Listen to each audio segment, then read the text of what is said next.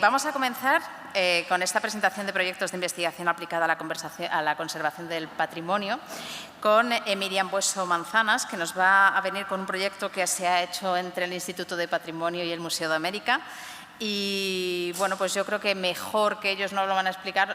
Se puede decir 4 líneas, pero yo creo que vosotros lo vais a decir todo mucho mejor. Así es que nada, tienes 15 minutos. Adelante, Miriam. Pues muchísimas gracias, Sonia. Para nosotros es un placer estar aquí en el Instituto. Yo voy a hablar en nombre de un grupo de trabajo constituido por 2 instituciones, el Museo de América y el Instituto de Patrimonio Cultural de España. Y voy a empezar precisamente por la frase con la que ha terminado esta mañana María Martín. Esta frase, que yo no sé de dónde procede, pero que a mí se me quedó grabada desde el primer momento en la cabeza, investigar para conocer, conocer para conservar, yo creo que refleja muy bien, sobre todo las personas que nos dedicamos a la conservación del patrimonio, pues la importancia que tiene conocer lo que estamos o que vamos a conservar y que en los países del entorno nuestro, a diferencia de España, sí que está implantada como una disciplina, que es lo que se denomina la ciencia del patrimonio. Entonces, en ese sentido, todos los centros de conservación y restauración, muchas instituciones museísticas, archivos, bibliotecas, poco a poco se van dotando de una serie de laboratorios con una diversidad increíble de técnicas, que con muchas de ellas las estamos ya viendo, y que en el caso de la técnica de rayos X, pues bueno, aquí os he puesto un ejemplo de los centros, tanto nacionales como internacionales, en los que ya cuentan con una técnica radiográfica. Como no podía ser de otra manera, el Instituto de Patrimonio Cultural de España cuenta con una instalación fija. También el Museo de América contó con una instalación en origen hasta los años, o sea, desde los años 90 hasta 2008, pero se desmanteló por jubilación del supervisor. Y bueno, pues como estáis viendo, nuestra instalación se encuentra en la planta sótano. Y esta sería la imagen de la instalación fija. Normalmente trabajamos en esta sala, que es lo que coloquialmente denominamos búnker radiográfico, pero muchas veces tenemos que desplazarnos a otros lugares. ¿Por qué motivo? Pues principalmente porque los bienes culturales que vamos a intervenir no se pueden trasladar, porque son elementos fijos, como por ejemplo estamos viendo aquí. Esto sería un retablo o esto sería un baldaquino. Y en otras ocasiones, pues también un retablo al uso, una capilla, en el que instalamos el equipo de rayos X, como estáis viendo aquí. Pero hay muchos factores por los que nosotros tenemos que trabajar fuera. Por ejemplo, en el caso del Museo de América, que ya nos estamos centrando en las colecciones de este museo, pues por ejemplo tenemos aquí el Tesoro de los Quimbayas, que es una colección que yo creo que todos sabéis que es, digamos, la esencia del museo. Y no solo es la esencia del museo, es decir, el motivo por el que no se puede trasladar el equipo, o sea, la colección, sino por el valor económico que supone trasladar esta colección. Otras veces el estado de conservación es fundamental, o sea, es determinante para no trasladar o manipular esos bienes culturales. Y en otros casos, pues es que puede ser que un bien cultural esté ya musealizado y por el montaje expositivo en el que se encuentra, pues es imposible, o sea, es inviable la manipulación, como en este caso. Para radiografiar bienes culturales, nosotros siempre tenemos en cuenta una serie de factores ya relacionados con el equipo. Es decir, para poder trabajar en un espacio que no es el búnker radiográfico, pues tenemos que fijarnos en una serie de cuestiones. Hay limitantes que son del propio equipo, es decir, yo tengo que utilizar una distancia adecuada desde el tubo de rayos X hasta la película. Utilizo una tensión que a veces puede ser más alta de lo recomendable, o, por ejemplo, los tiempos que manejamos. O sea, por ejemplo, uno de los retablos que os he enseñado, el de plata, pues estamos hablando de exposiciones de 15 minutos. Eso es una barbaridad.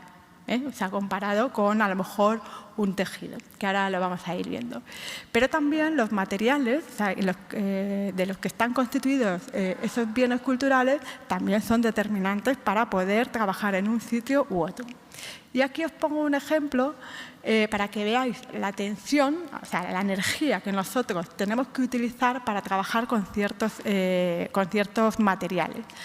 Los que menos normalmente requieren de tensión siempre son los tejidos, que son tejidos planos, que son material orgánico, pero según vamos adicionando o añadiendo materiales, pues la tensión va subiendo. Tanto es así que, por ejemplo, los restos paleontológicos, como pueden ser unas momias, estamos hablando entre los 40 y los 120 kilovoltios, pero ya cuando nos vamos a metales podemos llegar hasta los 320.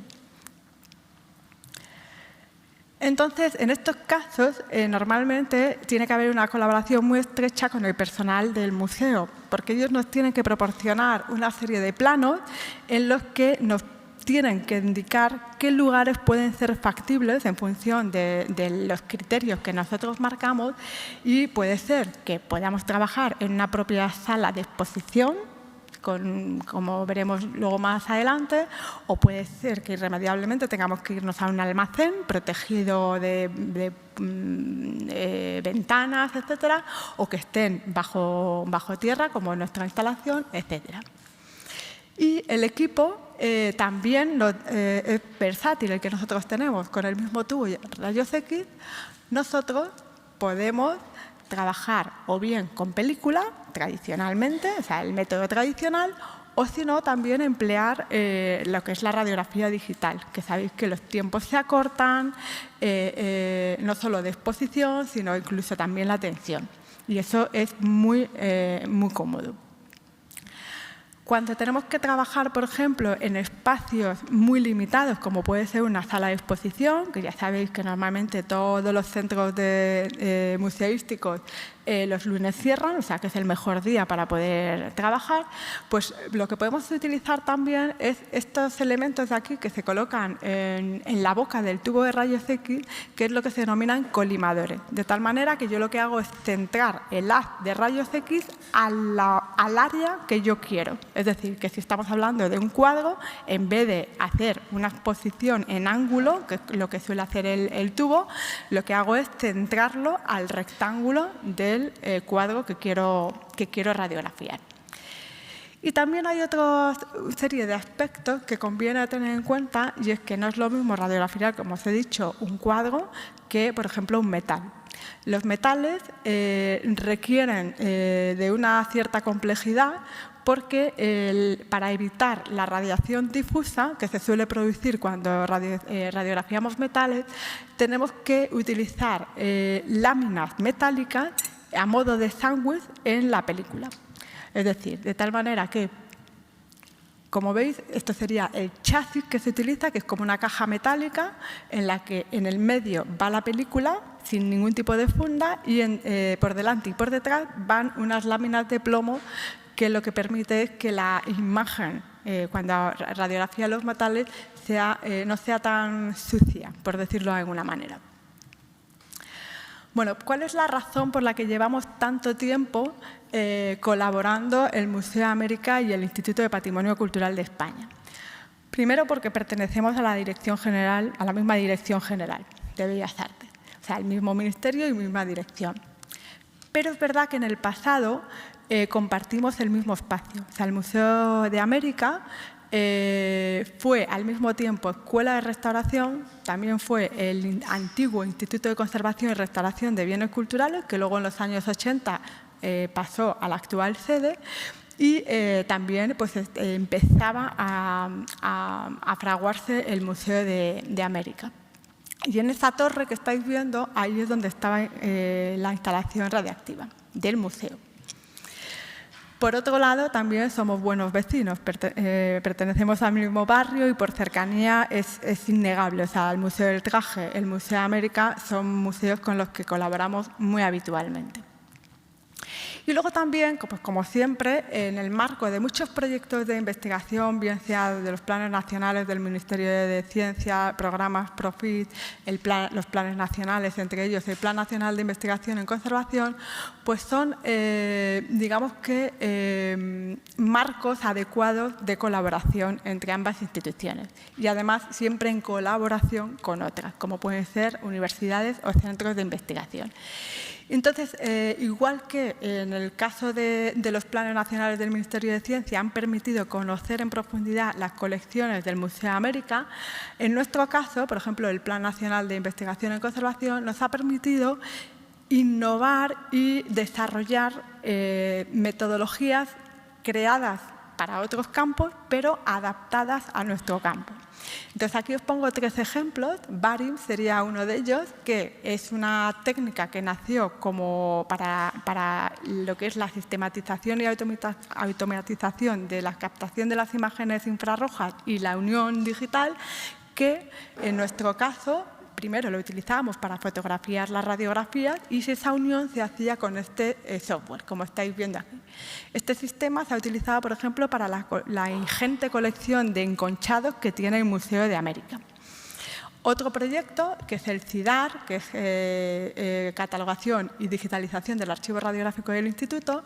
Nosotros hasta entonces utilizábamos un escáner normal y corriente, de los que se utilizan para escanear documentos, pero con el tiempo pudimos obtener un escáner o un digitalizador específico para radiografías.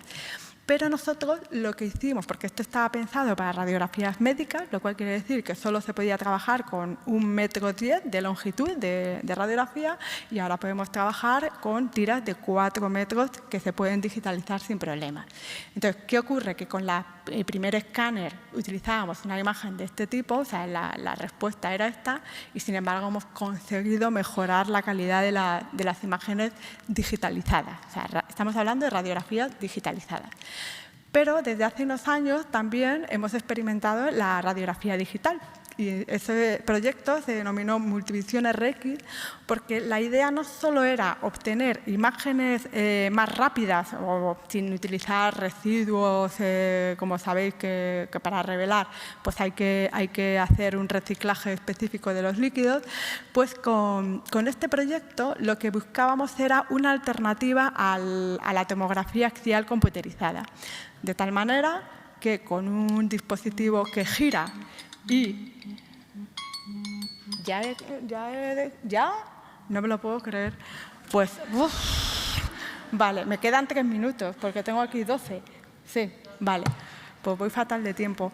Bueno, pues con esto lo que hacíamos, lo que hemos generado son vídeos que además la empresa ahora lo está comercializando. Bueno, muy rápido, muy rápido, muy rápido.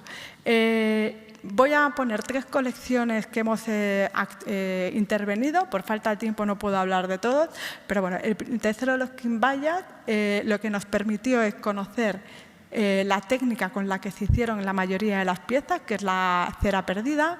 Pudimos conocer también, como estáis viendo, en todas detectar los canales de sujeción y de evacuación del líquido metálico, estados de conservación de las piezas, o incluso, o sea, algunas bastante deterioradas, pero otras un trabajo y un estado de conservación excepcional.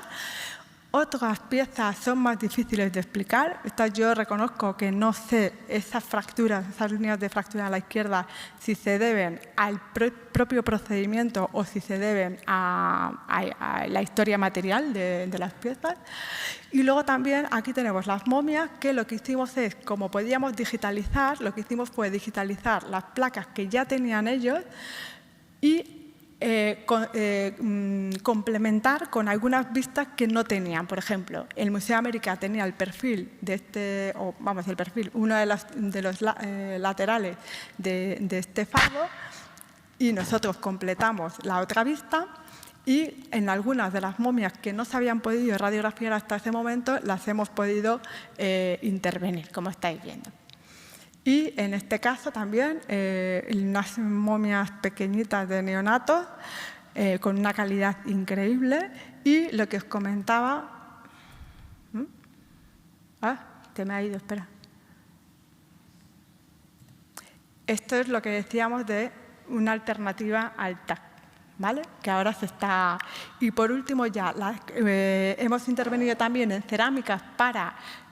sabéis que para autentificar o detectar falsificaciones normalmente se utiliza la termoluminiscencia.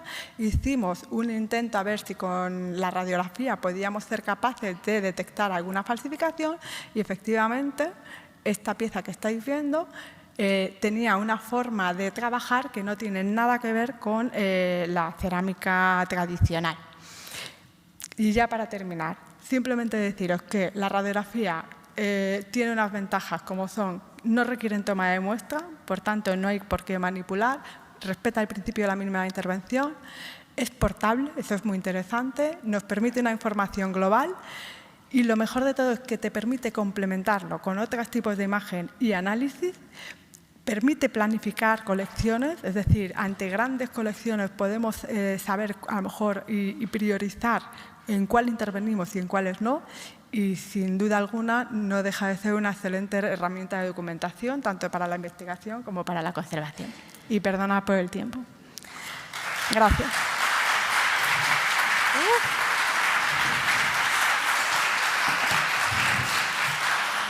Gracias, Miriam, por la brevedad, que es una de las características de esta segunda parte de la sesión de la tarde.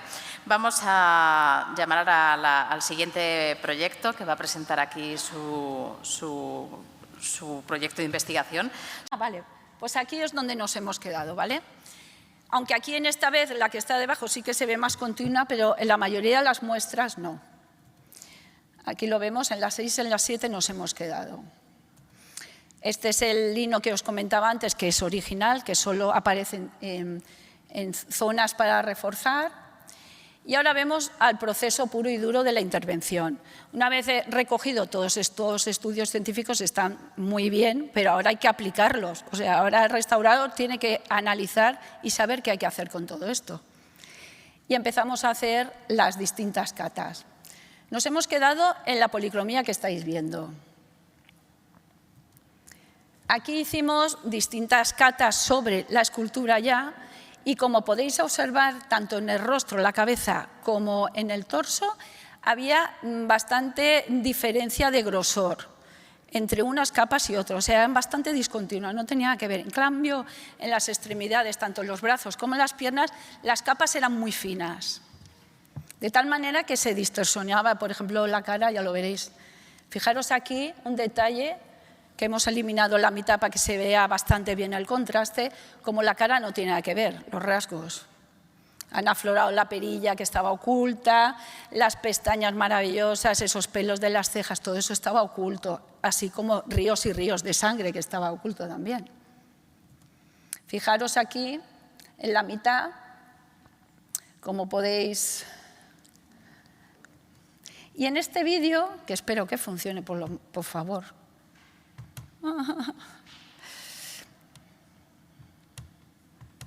No va el vídeo. No. Es que pasa que... A lo mejor hay que salir del modo de presentación. Sí. Mira, lo tengo aquí en el lápiz, si os importa. Lo pongo en el lápiz. El vídeo solo dura 1 minuto, no os asustéis, que no os voy a soltar un rollo ahí. Pero yo creo que ese vídeo es fundamental para que entendáis un poco el tema de la intervención, porque yo creo que aquí habrá científicos, habrá restauradores, pero yo creo que al final es importante analizar todos los estudios científicos y poder, sobre todo, interpretarlos sobre la obra. Espera. Vale. Mira que yo me temía esto. Y entonces... Espera.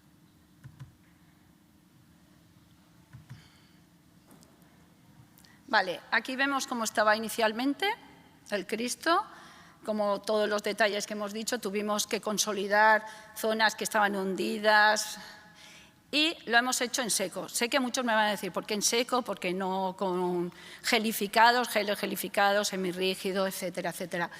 El problema que es lo que os he comentado antes. Había tal dispar de capas gruesas, capas finas, cada centímetro cuadrado cambiaba, que no nos podíamos fiar de poner un gel que reblandeciera tanto la pintura que nosotros queríamos dejar a la materia con la que estaba constituido la escultura. Entonces, al final, como lo controlábamos bastante bien, porque estábamos en todo momento, si había alguna duda con el microscopio de lupa binocular y con las estratigrafías en mano, o sea, llegaba un momento que lo controlábamos bastante bien y por eso un poco empezamos en seco y en seco pues funcionó, como podéis apreciar. Hemos hecho la mitad para que sea más evidente el cambio. Y yo creo que ya. O sea que justo.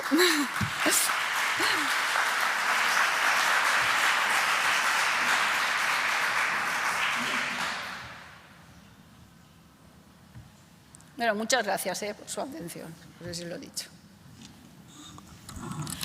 Bueno, ahora vamos con la tercera de las presentaciones. Es una presentación que nos vamos a ver a través de un vídeo que nos han enviado porque no han podido venir aquí presencialmente.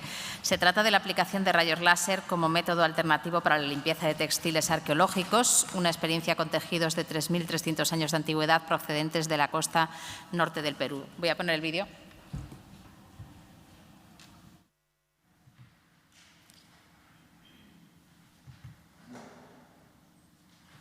Estimados participantes del Congreso Internacional Ciencia y Arte 9ª edición, reciban nuestros más cordiales saludos desde la ciudad de Trujillo, Perú. Agradecemos al comité organizador por darnos esta excelente oportunidad. Nuestro grupo de trabajo está integrado por 4 físicos, 2 arqueólogos y una ingeniera geóloga, quienes, gracias al apoyo económico del Consejo Nacional de Ciencia y Tecnología de Perú, por medio de un proyecto, realizamos el trabajo que a continuación vamos a presentar. Nuestro objetivo fue evaluar el uso de rayos láser como un método alternativo respecto a la limpieza convencional, mecánica y húmeda en tejidos arqueológicos muy antiguos. Los textiles fueron encontrados en el sitio arqueológico Pampa Gramalote, ubicado en el distrito de Huanchaco, provincia de Trujillo, en la costa norte del Perú. Las investigaciones realizadas en el lugar permitieron determinar que el asentamiento data entre 1500 a 1200 años antes de Cristo. La principal actividad productiva de esta temprana comunidad fue la pesca. La materia prima para la elaboración de estos textiles fue el algodón de la especie Gossypium barbadense, que se distingue por un rango de colores que van desde el blanco, crema, lila y varias tonalidades de marrón. Una intervención básica en la conservación textil es la limpieza, que debe considerar diversos factores que garanticen la eliminación de suciedad, que atenta contra su integridad y apariencia visual, recuperar los colores originales sin alterar la morfología del hilo y estructura textil, conservar sus propiedades físicas, así como conservar aquella información que forma parte de su historia. Para fines comparativos entre la limpieza láser y las convencionales, fue necesario que los 3 fragmentos pertenecieran a un mismo textil. Se eligieron aquellos textiles en tela llana. Estos conservaban la tierra con la que fueron recuperados durante la excavación.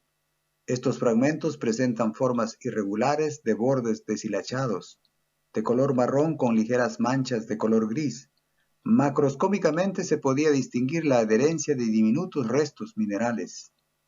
El primer fragmento fue seleccionado para hacer los ensayos de limpieza láser. El segundo, para la limpieza húmeda, por inmersión con agua desionizada y jabón neutro. Y el tercero, para la limpieza mecánica usándose una aspiradora de microsucción. Para la limpieza láser se usó un arreglo experimental, el cual consistió de un láser neodymium jack con longitudes de onda de 1064 nanómetros y 532 nanómetros. La radiación láser fue direccionada mediante un espejo de modo que la radiación láser podía incidir de manera normal sobre el textil. La medida de la energía de los pulsos láser se hizo con un medidor de energía con sensor piroeléctrico. Para determinar los umbrales de limpieza láser, se usó la técnica fotoacústica pulsada y como detector un micrófono conectado a un osciloscopio IPC que detectaba los sonidos producidos durante la limpieza láser. Del análisis de las señales fotoacústicas en función de la fluencia, se determinaron los umbrales de ablación de los contaminantes. Además, se pudo determinar el número de disparos láser necesarios para la limpieza de las muestras. Aquí mostramos las curvas experimentales fotoacústicas que permitieron determinar umbrales de limpieza láser de estos textiles. Uno de 10 millijoules por centímetro cuadrado y otro de 45 millijoules por centímetro cuadrado, que nosotros lo asociamos con la suciedad según su grado de adherencia a las fibras. Considerando que los umbrales de daño de las fibras de algodón mediante radiación láser están por encima de los 2000 millijoules por centímetro cuadrado, consideramos que un parámetro óptimo debe estar por encima del umbral de limpieza y muy por debajo del umbral del daño de la fibra. Aquí presentamos los coeficientes de correlación y voltaje pico-pico de las señales fotoacústicas en función del número de pulsos láser, llegándose a determinar que 10 disparos láser sobre una misma zona irradiada son suficientes para una buena limpieza. Nosotros encontramos como parámetros óptimos de limpieza láser una longitud de onda de 532 nanómetros a una razón de repetición de 5 Hz y una fluencia de 300 millijoules por centímetro cuadrado. Aquí mostramos una fotografía tomada con un microscopio USB, donde claramente podemos notar el contraste entre la zona sin limpiar y la zona limpiada con láser. También se realizaron medidas mediante espectroscopía de reflectancia difusa de las diversas zonas irradiadas con los diferentes parámetros láser, encontrándose que las zonas limpiadas con láser presentaban un aumento en la reflectancia en la región del infrarrojo cercano. Aquí presentamos los fragmentos estudiados después de haber pasado por los diversos procesos de limpieza.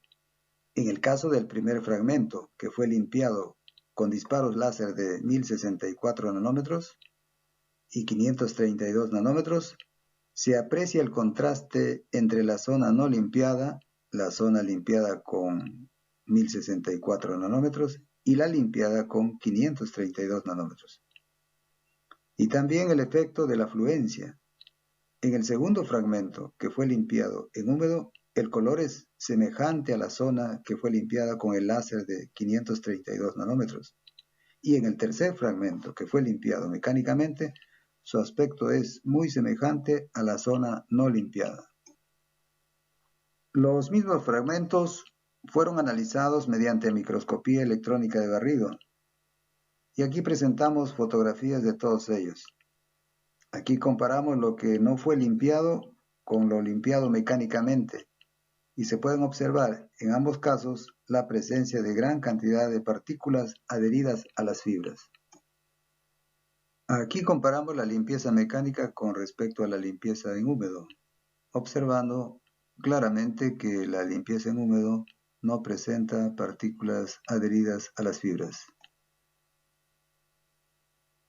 Aquí tenemos los resultados de la limpieza mecánica comparado con la limpiada con láser de 1064 nanómetros. Y las fibras limpiadas con láser se ven mucho más limpias que las limpiadas mecánicamente, pero aún resaltan unos cristales que fueron identificados como halita y calcita. En cuanto a la limpieza mecánica comparada con la limpiada con láser de 532 nanómetros, las fibras limpiadas con láser se ven mucho más limpias que las limpiadas mecánicamente, pero también resaltan unos cristales que se identificaron como halita, apatita, cuarzo y plagioclasa. Como conclusiones del presente trabajo, podemos decir que usando fluencias láser apropiadas se ha logrado extraer satisfactoriamente el polvo y tierra adherido a las fibras, conservando en buen estado las fibras de los textiles. La radiación láser de 532 nanómetros produce menos amarillamiento en el textil que con la radiación láser de 1064 nanómetros. Aún se tiene el inconveniente de no haber podido extraerse materiales como halita, apatita, plagioclasa, cuarzo y calcita. Por ello, se sugiere realizar mayores estudios al respecto. Terminamos nuestra presentación expresando nuestro más sincero agradecimiento al Consejo Nacional de Ciencia y Tecnología de Perú y a los organizadores del Congreso Internacional Ciencia y Arte, 9ª edición, por todo el apoyo brindado. Muchísimas gracias.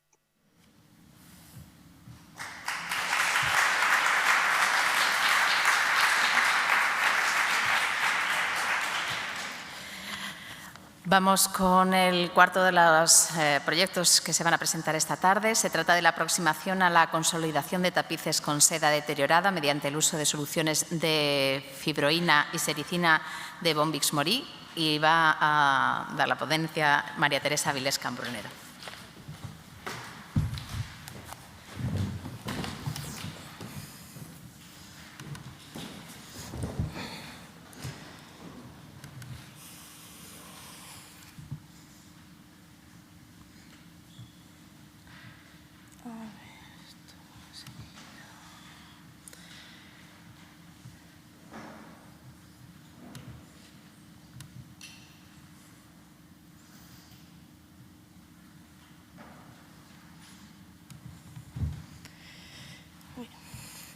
Bueno, buenas tardes a todos.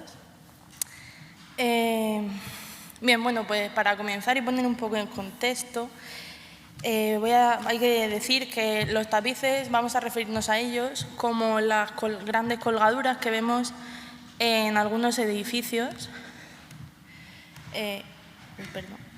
Y bueno, estos generalmente se componen de lana y seda. Se conforman por trama y urdimbre. La urdimbre puede ser de lana o de algodón y sobre ella se va a tejer lo que es la trama, que puede ser de lana, de seda y en ocasiones de hilos metálicos. Aunque actualmente estas están destinados más a lo que es una función decorativa, históricamente sí que se han utilizado más como aislantes, tanto para térmico como acústico.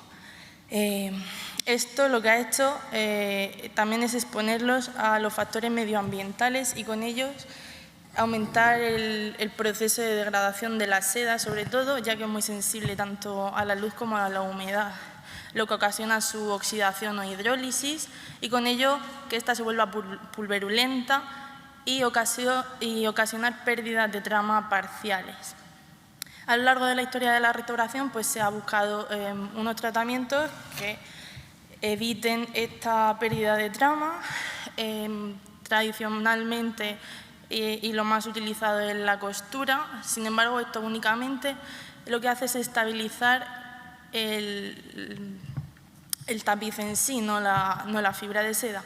También se han utilizado adhesivos, pero estos no dan buenos resultados a largo plazo, por lo que se ha intentado es buscar una alternativa. Y bueno, haciendo búsqueda bibliográfica, llegamos a que desde el año 2011 se están usando fibroína y sericina de seda, que son las proteínas más importantes de la seda, que las contiene, y se han utilizado para el refuerzo de tejidos envejecidos artificialmente, dando muy buenos resultados. Por lo que con esta investigación lo que se ha pretendido es iniciar este tratamiento en los tapices, ya que tienen dificultades como son sus grandes formatos, la propia tejeduría que tiene, así como su composición, ¿no? Al tener distintos materiales. Los objetivos pues, son avanzar en el estudio de las proteínas de seda como agentes consolidantes, desarrollar una metodología basada en los anteriores estudios para aplicar a obras de gran formato, como son los tapices, y evaluar el efecto que tienen las coberturas protectoras de fibroína y sericina en las propiedades mecánicas de lo que son las fibras de seda. Bien, en primer lugar, lo que realizamos fue una prueba piloto, más bien para acotar lo que son los porcentajes de las disoluciones para la experimentación final. Para ello utilizamos fragmentos de tapiz ya antiguos de 3 por 1 centímetro y bueno, para fibroína utilizamos 5 disoluciones diferentes y para sericina una que fue la disolución final al obtenerla. Estas fueron bañadas durante 1 hora y se dejaron secar durante 48 para luego realizar una caracterización, como es el análisis visual y el test de resistencia a la tracción.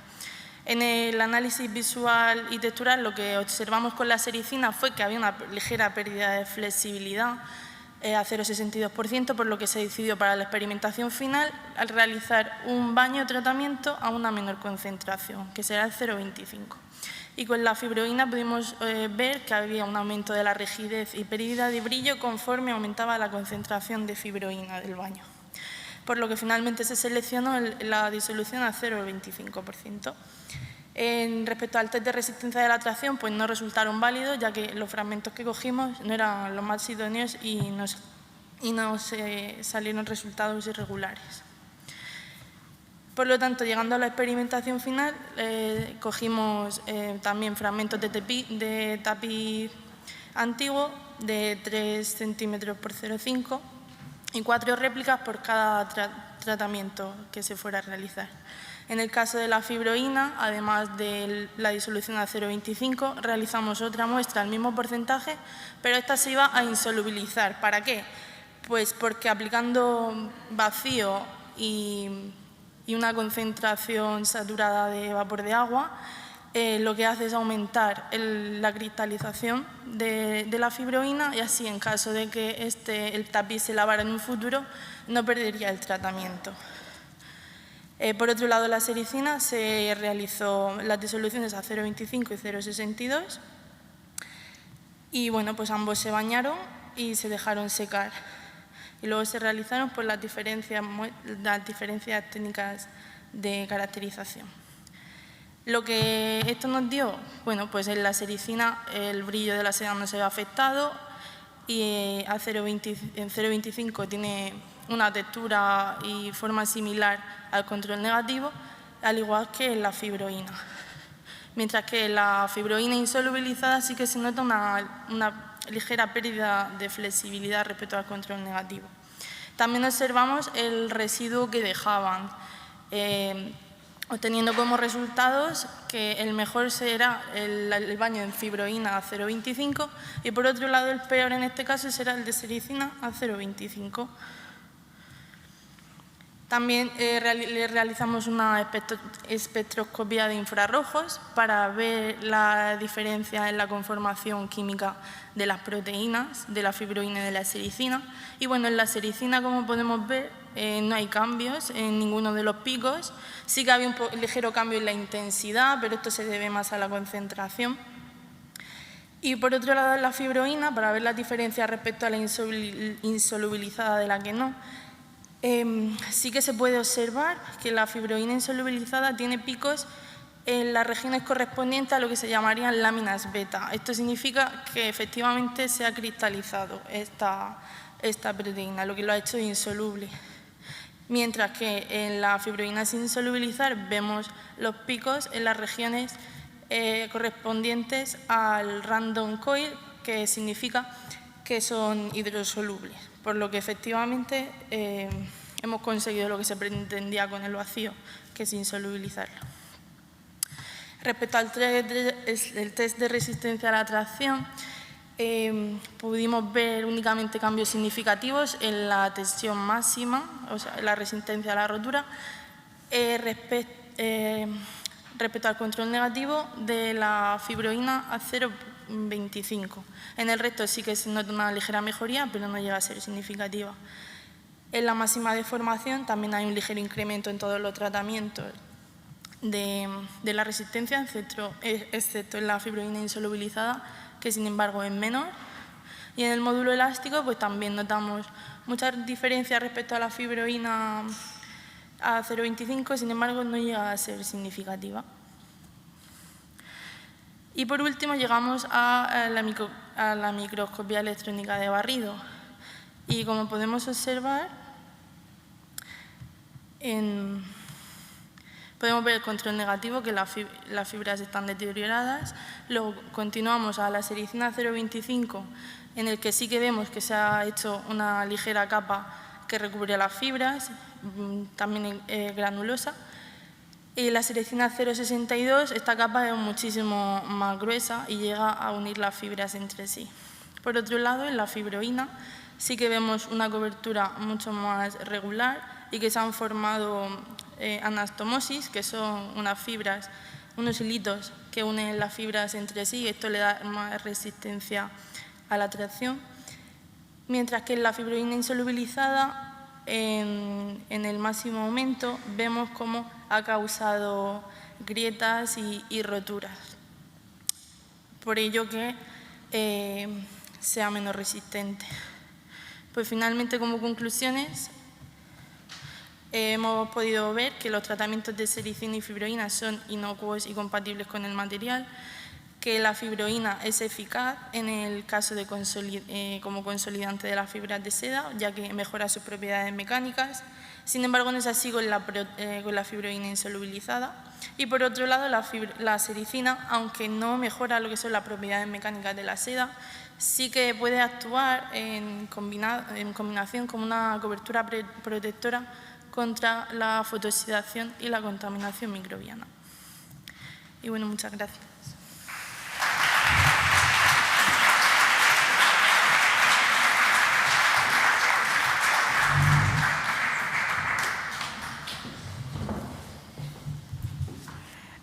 Vale, pues vamos con la quinta de los proyectos que se van a presentar esta tarde. Se trata de una colaboración entre el Archivo General de la Administración y Universidad Pablo Olavide, el Centro de Investigación Forestal y el Instituto Andaluz del Patrimonio Histórico, que se llama El papel japonés washi como material de reparación, refuerzo y reconstrucción del patrimonio bibliográfico y documental. Sube Cecilia Lamolda García para hablarnos de ello.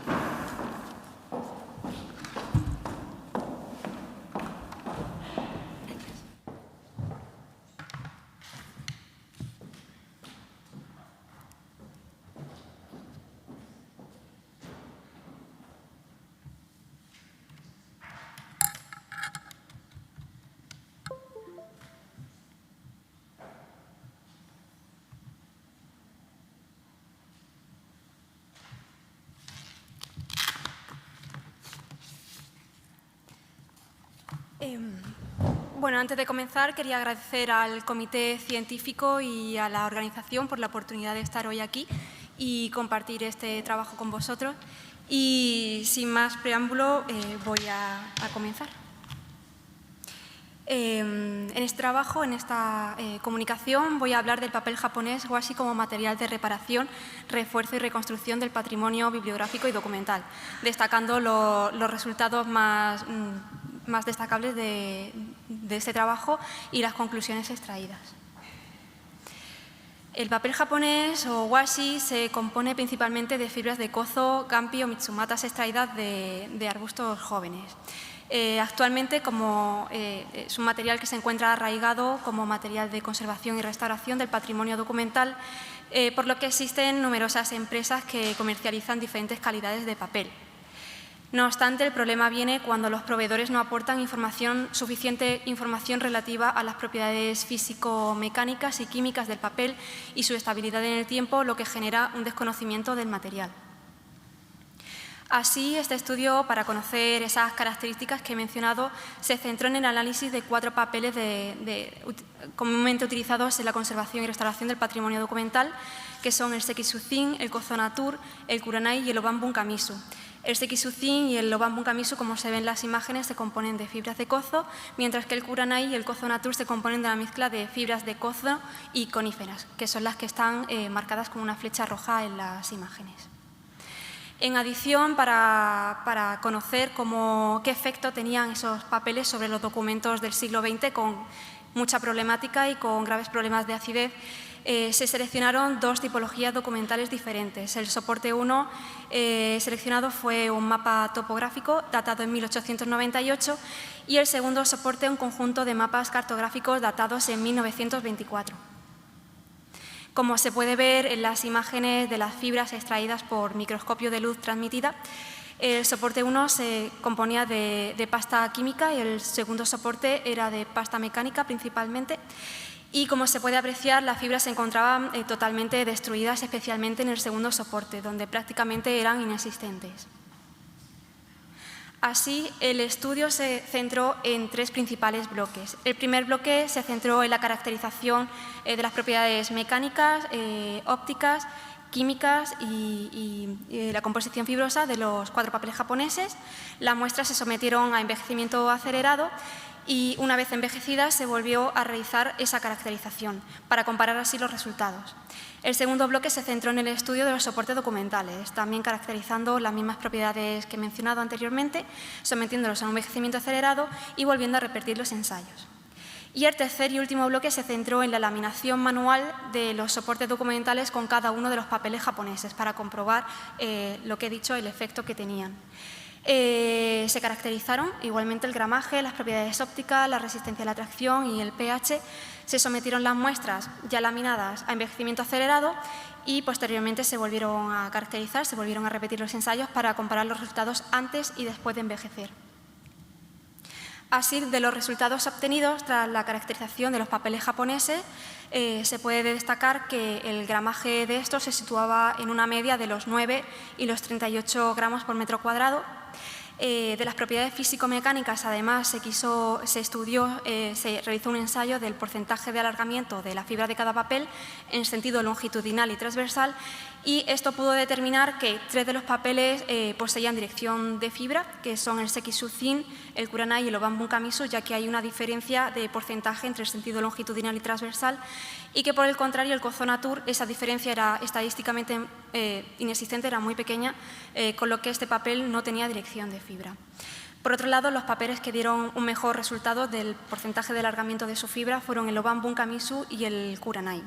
Y esta propiedad, tras el envejecimiento acelerado, tendió a descender, lo que quiere decir que la fibra pierde elasticidad.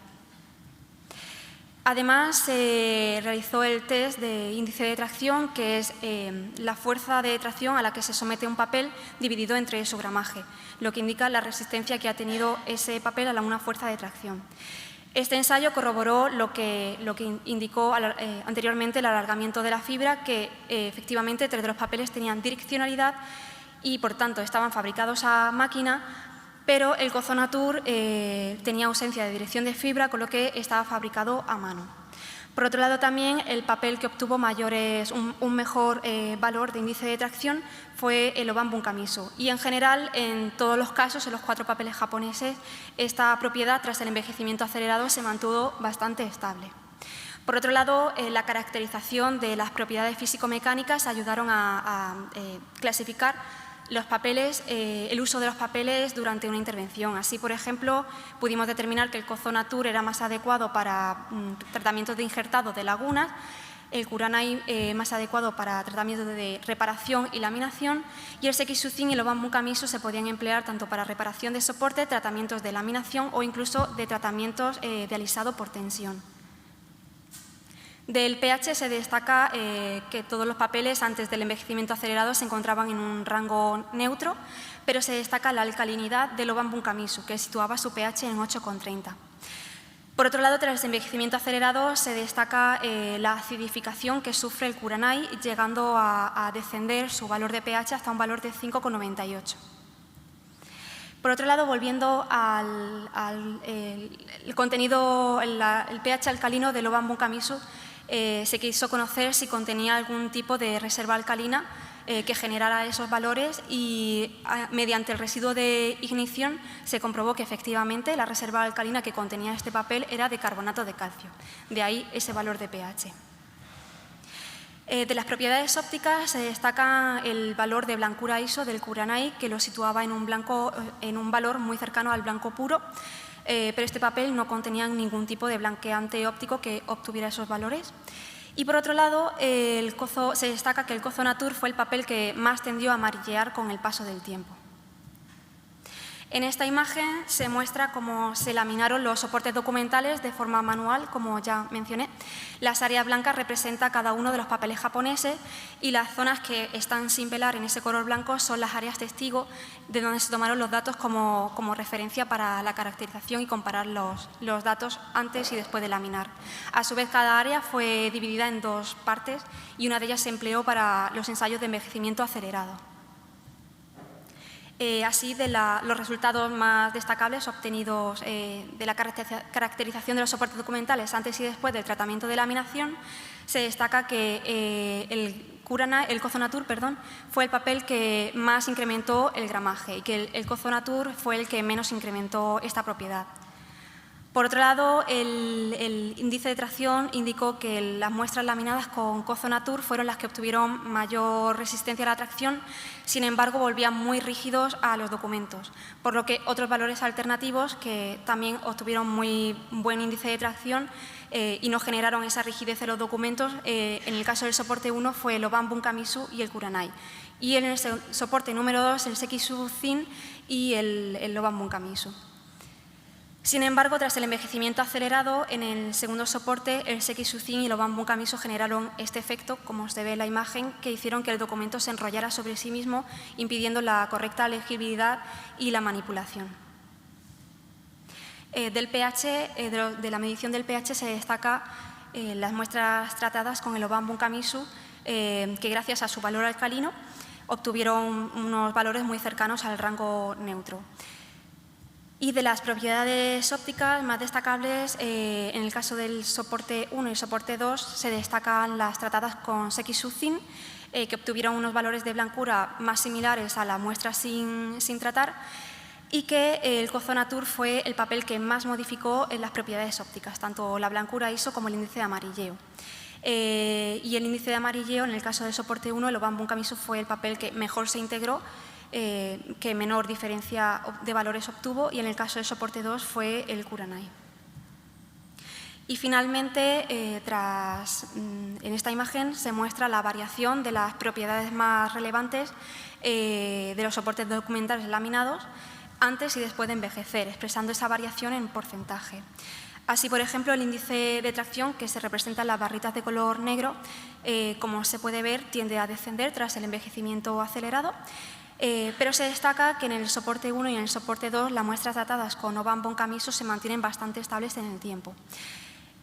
Por otro lado, el pH también, como se puede ver, desciende tras el envejecimiento acelerado, pero se mantiene bastante estable este valor en las muestras tratadas con Oban Bunkamisu en el soporte 1 y en las tratadas con el Sekishu Thin en el soporte 2. No obstante, los valores de las muestras del segundo soporte laminados con Oban Bunkamisu son las que obtienen un valor más cercano al rango neutro, situándose en valor en 6,81. Y finalmente, el índice de amarilleo, como es evidente, tiende a incrementarse tras el envejecimiento acelerado, pero igualmente se destacan que en las muestras tratadas con Oban Bunkamisu esa diferencia es muy pequeña y que se mantiene bastante estable en el tiempo esta propiedad óptica. Y para finalizar, las conclusiones extraídas de este estudio es que los 4 papeles japoneses tienen buenas propiedades físico-mecánicas y resistencia física, a pesar de ser papeles con gramajes muy bajos y que se mantienen bastante estables en el tiempo, aunque con pequeñas diferencias. Por otro lado, la medición y el análisis de las propiedades físico-mecánicas han ayudado a determinar el uso de cada papel durante una intervención de restauración, y se destaca que el Kuranai tendió a acidificarse con el paso del tiempo, y que quería destacar que es esencial que todos los papeles japoneses sean químicamente estables tanto a corto como a largo plazo. Por otro lado, los papeles japoneses pueden tener cargas minerales, y en el caso del Oban Bunkamisu fue de carbonato de calcio, y esto también es muy importante tenerlo en cuenta de cara a una intervención, ya que no a toda la documentación que se está tratando les es correcto o les viene adecuado introducir este tipo de reserva alcalina. Y de cara a la interacción de los papeles japoneses con los soportes documentales los que obtuvieron mejores resultados a corto plazo en cuanto a propiedades físico-mecánicas, ópticas y químicas fueron el Oban Bunkamisu y el Sekisuzin. Sin embargo, tras el envejecimiento acelerado, como he mostrado antes, se vio que generaron un efecto de enrollamiento y que impedían la correcta legibilidad y manipulación. Y sin más, gracias por vuestra atención.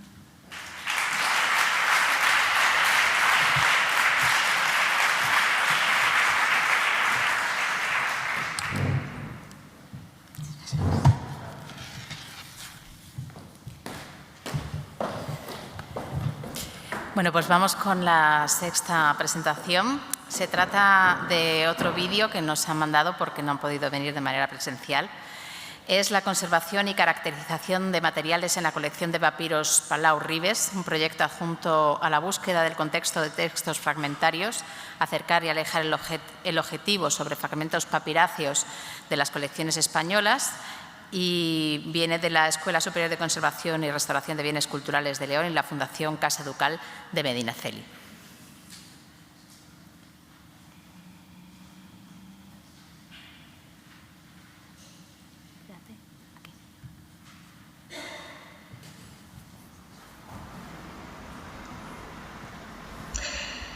Muy buenas tardes. En primer lugar, en nombre de Cristina Ibáñez y mío, agradecerles la aceptación de nuestra participación en estas jornadas. Y en segundo lugar, disculparme de que no lo podamos hacer presencialmente. El proyecto que presentamos, que tiene por título Conservación y caracterización de materiales en la colección de papiros de Palau Ribes, es una colección que se encuentra en Cataluña, está inscrito dentro de un proyecto más amplio que ya lleva unos años de andadura, que se titula La búsqueda de contexto de textos fragmentarios, acercar y alejar el objetivo sobre fragmentos papiráceos de las colecciones españolas. Las instituciones que estamos trabajando en el actual proyecto somos el Centro Superior de Investigaciones Científicas, la Universidad Pompeu Fabra, el Archivo Histórico de los Padres Jesuitas de Cataluña, la Escuela Superior de Conservación y Restauración de Bienes Culturales de León y la Fundación Casa Ducal de Medinaceli. Pretendemos aplicar los principios de la llamada nueva filología, por medio de los cuales la comprensión plena del texto manuscrito se logra a través de su misma materialidad. Es lo que se ha llamado el giro material, con el que el estudio de los aspectos físicos del documento papirológico son fundamentales,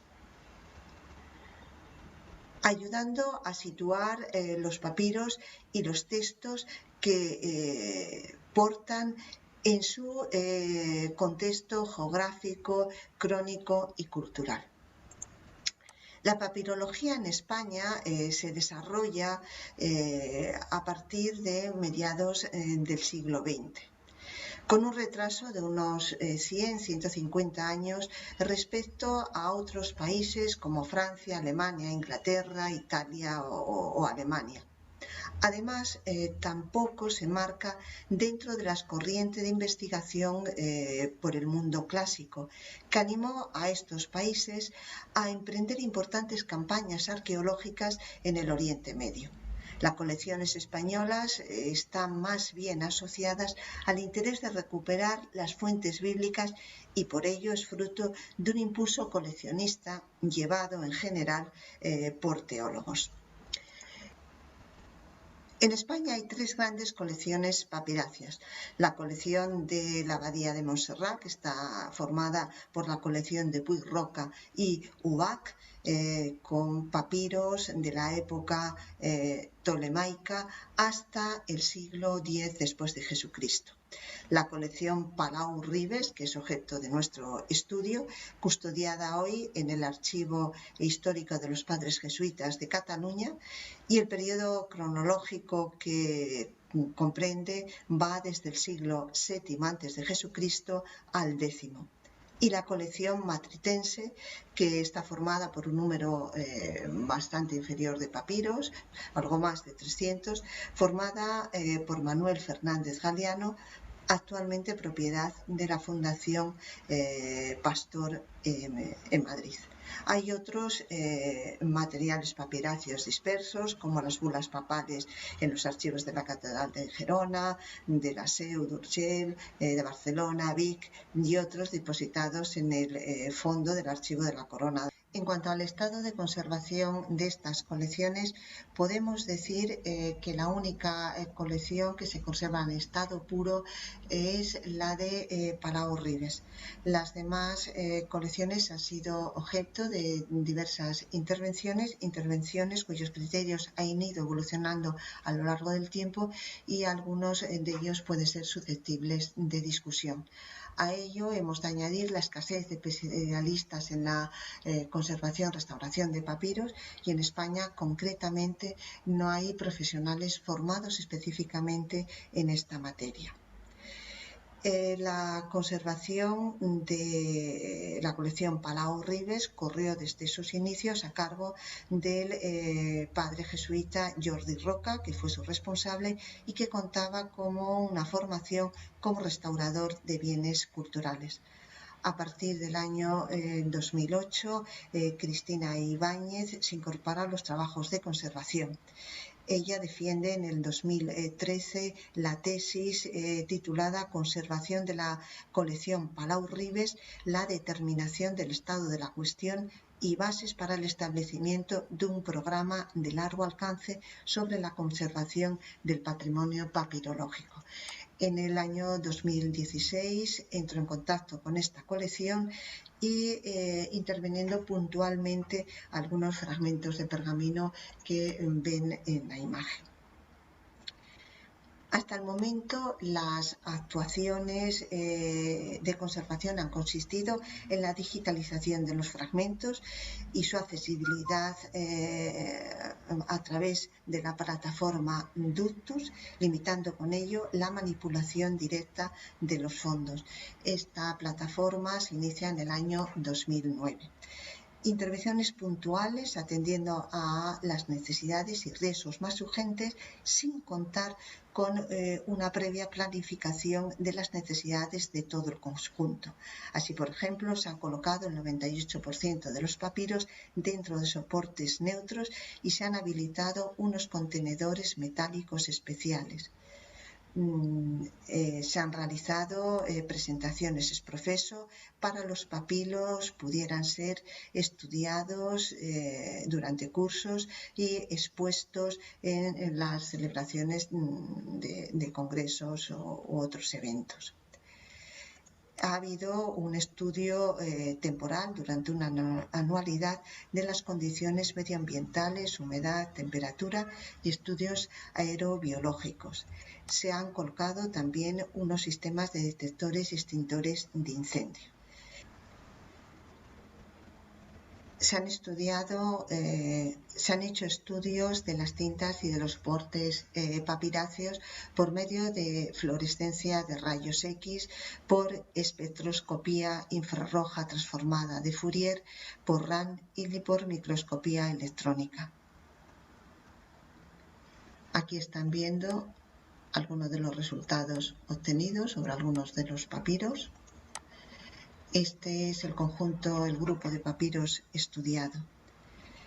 En estos estudios se ha logrado determinar la distinción en el uso de tintas ferrogálicas, detectando a partir del siglo III o IV después de Cristo en la documentación de papiros grecorromanos, entre los textos literarios y los documentales, siendo los primeros los únicos que presentaban tintas ferrogálicas.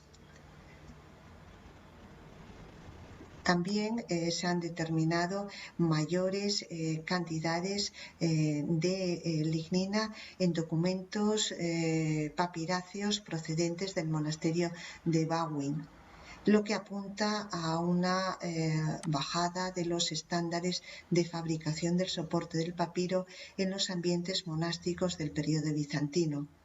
o mayores niveles de deterioro de las células en los papiros procedentes de Osirinco, lo que probablemente refleja su lugar de hallazgo en los vertederos.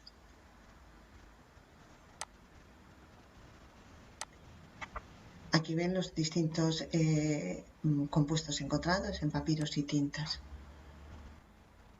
En la actualidad estamos confeccionando un plan de conservación preventiva para toda la colección, tras el cual iniciaremos el diseño de un plan de emergencias. Las medidas de conservación las estamos trazando en consideración a 4 grandes ámbitos: el entorno, el edificio, el depósito y la manipulación de los papiros durante su estudio, conservación y restauración. Nuestros objetivos se han encaminado a analizar los riesgos, etiología y los efectos del deterioro con la finalidad de priorizar las medidas de actuación que los prevengan y protocolizar la capacidad de respuesta y de recuperación ante estos riesgos. Los riesgos de que se produzca una situación de deterioro en estos papiros y demás materiales de la colección los hemos identificado siguiendo la lista de indicadores elaborada por el Instituto Canadiense, que identifica las amenazas en 10 grupos. Los criterios para la toma de decisiones los hemos expresado en función de la gravedad del deterioro y la probabilidad de que se produzca. La viabilidad de nuestra respuesta para impedir, eliminar o neutralizar dichos riesgos dependerá en gran medida de los recursos y materiales humanos con los que podamos contar.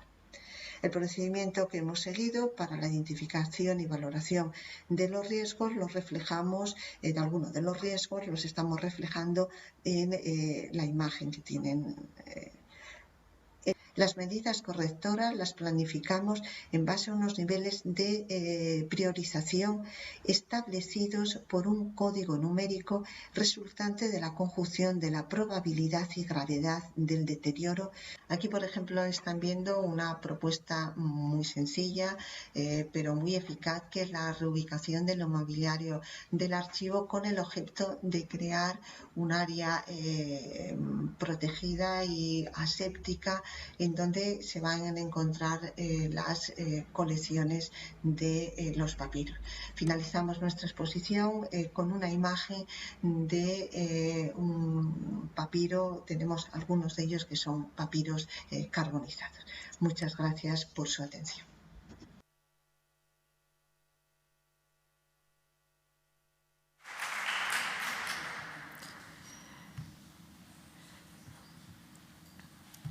Bueno, pues vamos con la última de las presentaciones de la tarde. Se trata del estudio no invasivo mediante técnicas de imagen multibanda de pigmentos laca y colorantes en veladuras históricas. Va a subir Aránzazu Yacerpiro.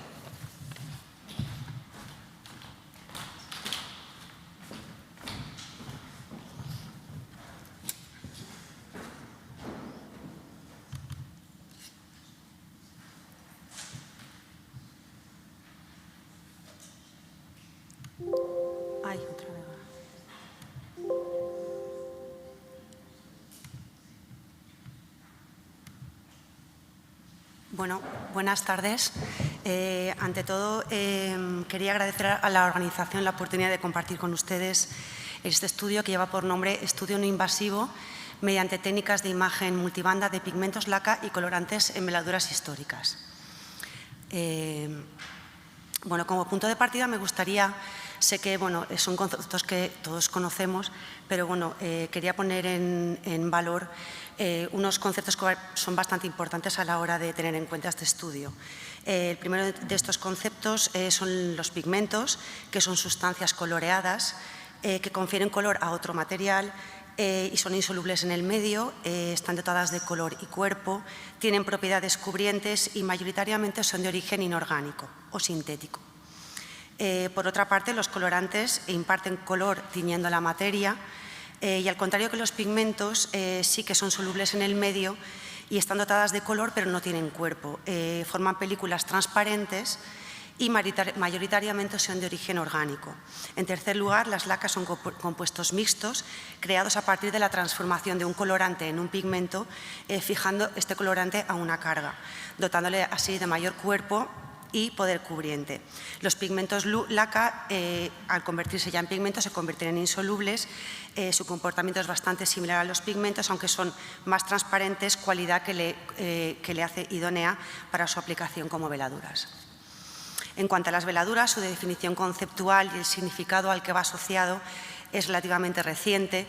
En los tratados antiguos no se hace una mención explícita de este término, pero sí que se hace alusión al acto de velar. Aún así, se tiene constancia que desde el siglo XV ya se conoce la ejecución de obras aplicando capas translúcidas de color sobre otras más opacas para alterar, matizar o modificar el color subyacente de la obra. Otro de los conceptos a analizar es la técnica multibanda. Se trata de un protocolo empleado para el análisis de obras de arte mediante una fusión de técnicas no invasivas que se basa en la captura de imágenes realizadas en distintas bandas del espectro obtenidas desde un mismo dispositivo. Estas técnicas, que constituyen el multibanda, tienen identidad por sí mismas, pero si se juntan y se trabajan con ellas conjuntamente, facilitan y aportan mucha más información al compararse los diversos resultados que proporcionan. Las probetas, que veremos a continuación, han sido fotografiadas en el espectro visible, infrarrojo, visible mediante excitación ultravioleta e infrarrojo de falso color, utilizando una cámara Nikon D800 Full Spectrum, que lo que permite es trabajar tanto en el espectro infrarrojo como en el visible y el ultravioleta, añadiendo distintos filtros e iluminaciones. La fotografía con luz visible, como sabemos, es el primer paso para comenzar el estudio de los materiales que conforman una obra. Se identifican tonos, matices y el estado superficial de la obra. Es el punto de referencia necesario para comparar resultados con el resto de las técnicas. Además, en este caso es imprescindible para crear la imagen de infrarrojo de falso color, que es una imagen híbrida que luego explicaré. La fluorescencia en el ultravioleta opera en el rango de los 300 a los 400 nanómetros. Algunos materiales tienen la capacidad de transformar la luz ultravioleta que reciben en una radiación visible, y de esta forma esta fluorescencia emitida por estos materiales se aprecia en el espectro visible. A través de esta técnica se pueden identificar y caracterizar barnices, repintes y algunos pigmentos. La fotografía infrarroja es a la que se recurre para obtener datos procedimentales como el dibujo subyacente, arrepentimientos, etc., o la discriminación preliminar de algunos pigmentos. Permite llegar a las capas inferiores de la pintura dependiendo también de los materiales que la conforman, que la constituyen, y además, como he dicho anteriormente, es parte indispensable para la creación de imágenes híbridas como el infrarrojo de falso color. Por último, el infrarrojo de falso color es una imagen postproducida en la que se combinan las imágenes visible e infrarrojo, ofreciendo una coloración irreal. Sirve para la detección preliminar de determinados pigmentos y repintes, y se trata de una técnica usada como apoyo para corroborar o elaborar hipótesis acerca de la presencia de determinados materiales. Bueno, el objetivo principal de este trabajo ha sido investigar desde distintos prismas la naturaleza y características de las veladuras históricas de origen orgánico desde el siglo XV hasta el XVII. Los objetivos específicos han consistido en extraer de fuentes históricas información acerca de los procesos pictóricos que implican el uso de veladuras, reconstruir lacas y colorantes históricos para aplicarlos a modo de veladuras, elaborar probetas con pigmentos históricos sobre los que se aplicarán dichas veladuras. Perdón, voy a beber un poquito de agua. Tengo la boca un poco seca.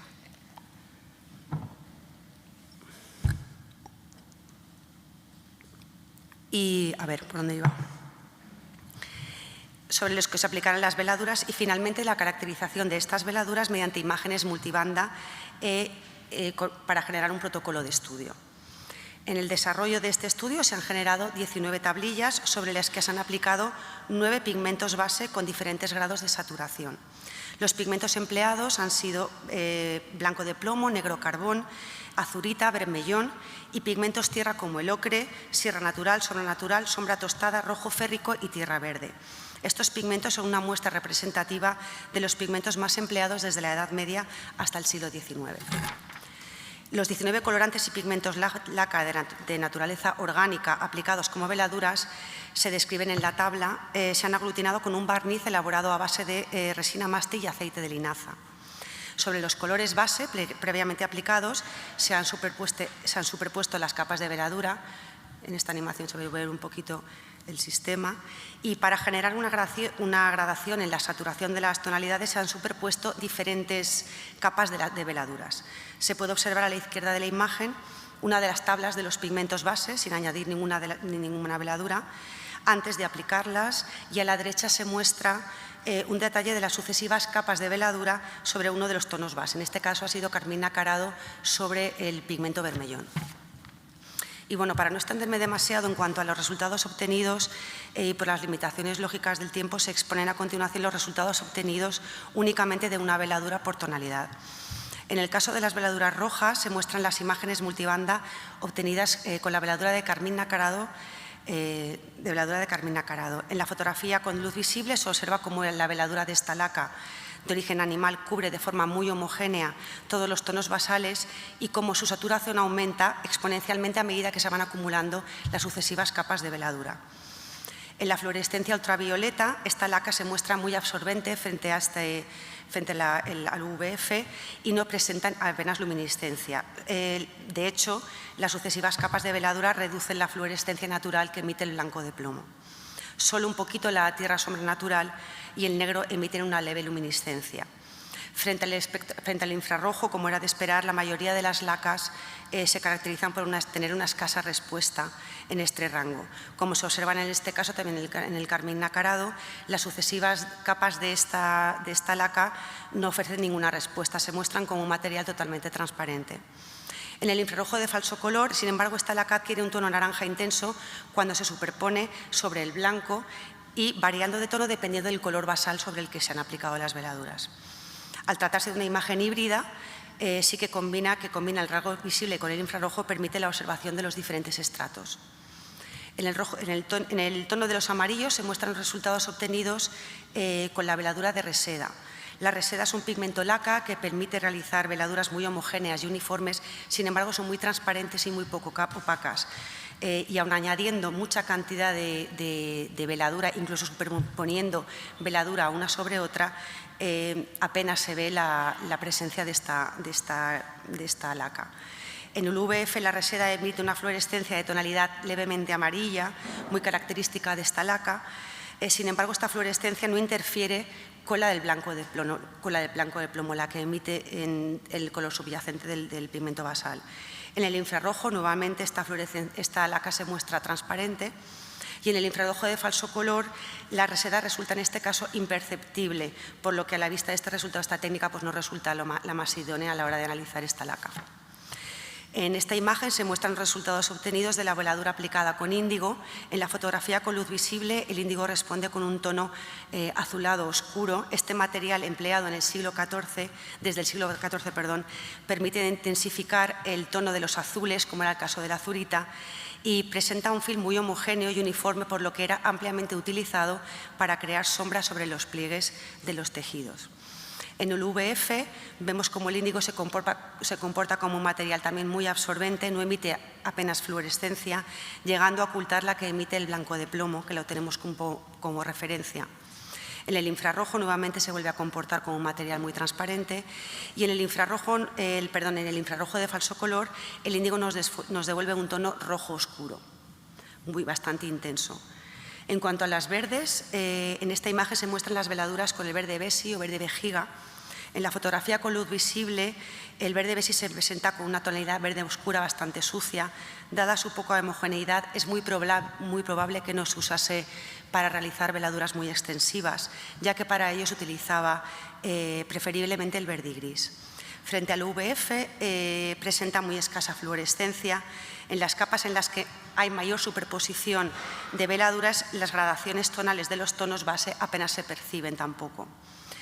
En el infrarrojo de falso color, más de lo mismo, se presentan transparentes, no se aprecian las veladuras, y en el infrarrojo esto era el infrarrojo. En el infrarrojo de falso color, esta veladura muestra un rojo muy intenso que se manifiesta de forma muy evidente en las zonas en las que hay superposición de capas de veladuras. Por último, se muestran resultados que arrojan las veladuras realizadas con sepia. En la fotografía con luz visible se observa una tonalidad de tono oscuro, muy homogénea y con gran poder cubriente. En la fluorescencia ultravioleta, el sepia se comporta como un material absorbente, solapando de manera muy evidente de esta forma la fluorescencia de los colores subyacentes. En el infrarrojo, todos los materiales empleados, como las veladuras, sí que hemos visto que se comportan como materiales transparentes. Sin embargo, en este caso sí que vemos una pequeña gradación, sí que se observa la presencia de las capas de veladura. En este caso se comporta como un material semitransparente, no opaco, pero sí que semitransparente. Por último, se observa que en el infrarrojo de falso color la veladura con sepia devuelve un tono marrón rojizo.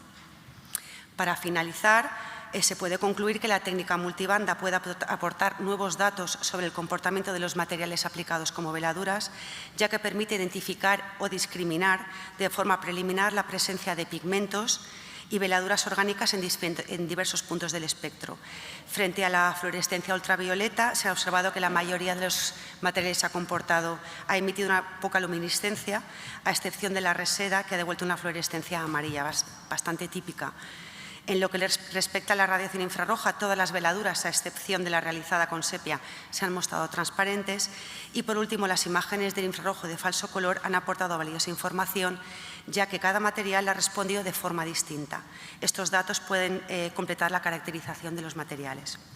Este estudio podría ser un punto de partida hacia nuevas líneas de investigación, como la identificación de veladuras inorgánicas, que ya se está trabajando en ello, caracterización de lacas y pigmentos aglutinados con otros medios o el incremento de la paleta en estas veladuras inorgánicas.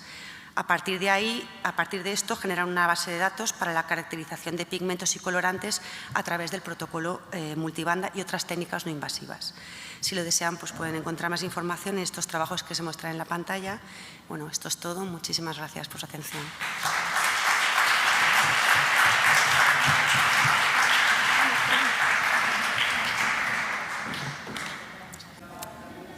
Sí. Espera, Rocío, que te vamos a pasar un micrófono. Y bueno, pues hemos tenido la suerte de... Yo no puedo dar más información, porque aparte que no es mi tema, ni acudimos a los expertos también, como habéis dicho vosotros, a Pablo Amador y como sabíamos también de que estabais en colaboración con Simancas, con el Cristo aquel que estudiaron y eso. Pues bueno, pues hemos tenido la suerte de que hayáis aceptado hacer ahí el estudio y creo que la intervención también se va a hacer, ¿no? El tratamiento. Eso no estoy segura si eso se ha acordado o solamente se va a hacer el estudio, eso no lo sé. Pero vamos, más allá de eso, no, es un Cristo muy interesante, por lo visto es también macizo, parece ser, y claro, es de pequeño formato, no es como esos grandes Cristos. Y según Pablo, en una primera conversación que tuvimos con él y eso, pues es una tipología que no es de las más frecuentes, ¿sí? Entonces de ahí también su interés. Y como todos, normalmente sí tiene varias capas de intervenciones, de repolicromías, repintes, etcétera, que habrá que ir discriminando, a ver, en fin, ya vendrán los estudios. Sí. La idea, cuando hagamos, pues todavía no hemos intervenido el Cristo, la idea es contactar con Consuelo Valverde, que es la investigadora principal de ese proyecto de AMATE, para intentar ponernos de acuerdo a la hora de utilizar los mismos parámetros, para que puedan ser estudios comparativos, porque si no tiene ningún sentido. Entonces, no sé, si tienes un interés especial o lo que sea, me lo dices. Yo como he comentado, como nosotros esto es nuevo para nosotros, ¿no? Para el IVACOR es nuevo. Entonces, por eso desde el minuto 1 nos pusimos en contacto con la gente que realmente domina y sabe del tema. Evidentemente, tanto Pablo Amador, como ya lo he comentado, como también he comentado a Consuelo Valverde, Juan Carlos Martín, que también está en el proyecto AMATE. Hemos hablado con ellos y un poco nos hemos puesto para saber. Es verdad que este tipo de Cristo, este Cristo embonado, que sí que es verdad que a priori pensábamos que estaba hueco por el tema del orificio del brazo, que se veía hueco, como pudisteis apreciar en la diapositiva. Claro, la sorpresa fue que cuando hicimos el TAP vimos que estaba totalmente macizo, o sea, el armazón ese de cañas, es que le envolvía perfectamente, o sea, no dejaba meter la endoscopia, para desgracia nuestra, que ya lo he comentado, ¿no? Entonces, claro, lo ideal sería, y desde aquí pues un poco lo digo así públicamente, que yo creo que qué mejor sitio que aquí, ¿no? Que sí, como no es que sea tan común encontrar este tipo de cristos, sí que se podía pues, difundir más o que podamos acceder a la información, porque nosotros en nuestro caso, vale, hemos hecho todas estas investigaciones, lo tenemos ahí gracias al Departamento de Estudios Científicos y a todos los profesionales que nos hemos rodeado. Yo creo que sí que debería existir más bibliografía y más documentación, que no hay tanta, o sea, te pones a investigar y no hay tanta realmente. Y a ver los hilos, o sea, este tipo de cristos hay muchísimos, o sea, cuando dices que no es muy común, o sea, yo sé que el centro de Simancas tienen localizado, no sé si son una treintena, claro, entre Canarias y Península Ibérica. Claro, en el proyecto AMATE yo sí que vi que lo que es el mapa sí que están localizados sobre todo en Castilla, León, Navarra y mucho, veía que incluso el País Vasco, sí, muchos. O sea, en Andalucía y algo de Galicia, algo. Pero, por ejemplo, todo lo que antiguamente se decía la Corona de Aragón, no había nada ninguno. Es que en el mapa no existe. Entonces, claro, que encontremos es como se ha abierto aquí la caja de Pandora, ¿qué ha pasado, no? Entonces, y luego que, según don Pablo Amador, es verdad que es un Cristo como muy atípico, tanto por las dimensiones, que es en 190, o sea, es grande, pero tampoco se puede incluir en el taller de los grandes Cristos. Entonces, es un Cristo un poco peculiar, por eso yo lanzo aquí que si vosotros, por ejemplo, que estáis haciendo los estudios científicos, si coincidiera verdad o coincidiera, pues yo qué sé, de todo lo que hemos puesto, pues sería ideal, ¿no? Vale, te preguntaremos los detalles. O sea, la parte de AMATE, ¿sabes que está publicado en Ciencia y Arte? Sí, sí. No sé si es en la 6ª edición o por ahí. Ese artículo lo miramos, tienes, ¿no? leímos y demás, y súper interesante, y que ahí es donde vimos el que estaban huecos y tal. Pero aparte de eso, pues supongo que habrá igual más tipologías de Cristo, porque cada taller era un mundo. Hemos visto en Michoacán como sigue haciendo lo mismo que el 16-17, o sea, es que es alucinante la fotografía esa, la información que da. Entonces, pues nada, hablaremos. Muy bien, me alegro. No sé si hay alguna inquietud más por allí. Un momentito. La ponente que ha hablado del papel japonés no ha comentado si está hecho con celulosa o con algodón. Bueno, es verdad que no lo he comentado. Bueno, sí, he puesto las imágenes de las fibras. El papel pero japonés... La fibra es la fibra, pero el material, la base, sea algodón o celulosa. No, el material base en el papel japonés es kozo, son fibras liberianas de kozo, gampi o mitsumata. Y generalmente... ¿Tiene carbonato cálcico? Sí. Perdón. Los estudios hablan de que se componen principalmente de ese tipo de 3 fibras únicamente, pero como hemos podido ver en este estudio no es así, sino que también puede contener fibras de coníferas. Sí que es verdad que durante el estudio no pude determinar qué tipo exactamente, de qué especie arbórea eran, ya que tenía un tiempo muy limitado, pero se puede ver que actualmente se comercializan, aparte de esas fibras japonesas que son únicas y exclusivamente producidas en Japón, también fibras pues, de especies que se pueden encontrar aquí en Occidente. Ya. No sé si resuelve. No, es que yo no entiendo de papel japonés, claro, pues se lo pregunto, pero yo creo que la fibra es el armazón, o sea, tiene que haber una base para que sujete esa fibra, ¿no? O sea, a ver, creo que no estoy entendiendo muy bien. La base del papel para está fabricarlo. sacado de la celulosa o del algodón o de otro material, y luego la fibra que habla usted, que puede ser vegetal o incluso mineral, sería el armazón del papel. No, aquí únicamente la composición es esa. No, pregunto. Sí, no, es únicamente pues, de ese tipo de fibras. Luego es verdad que tiene algún tipo de componentes más, como pueden ser cargas minerales añadidas posteriormente durante el proceso de fabricación, pero la base de la composición o de la fabricación de ese papel son esas 3 tipos de fibras. Bien, ¿y este papel se usa exclusivamente para restauración o también se ha usado en tiempos pasados en Japón para escritura? Sí, claro, yo he hablado del papel utilizado nada más que para restauración, pero allí en Japón pues, ha tenido un amplio uso a lo largo de la historia, pues tanto para la escritura de kanjis, de poemas, de libros incluso, e incluso aquí en Occidente también hay indicios, por ejemplo, creo que fue Van Gogh, sí, que utilizó algún tipo de papel japonés para realizar alguna de sus obras, pero principalmente se utilizaba allí, en Japón. Muchas gracias. No sé si hay más preguntas. Bueno, pues nada, vuelvo a dar las gracias a todos por vuestra asistencia. Mañana os esperamos y esperamos que la sesión de mañana sea al menos tan interesante como la de hoy. Muchas gracias.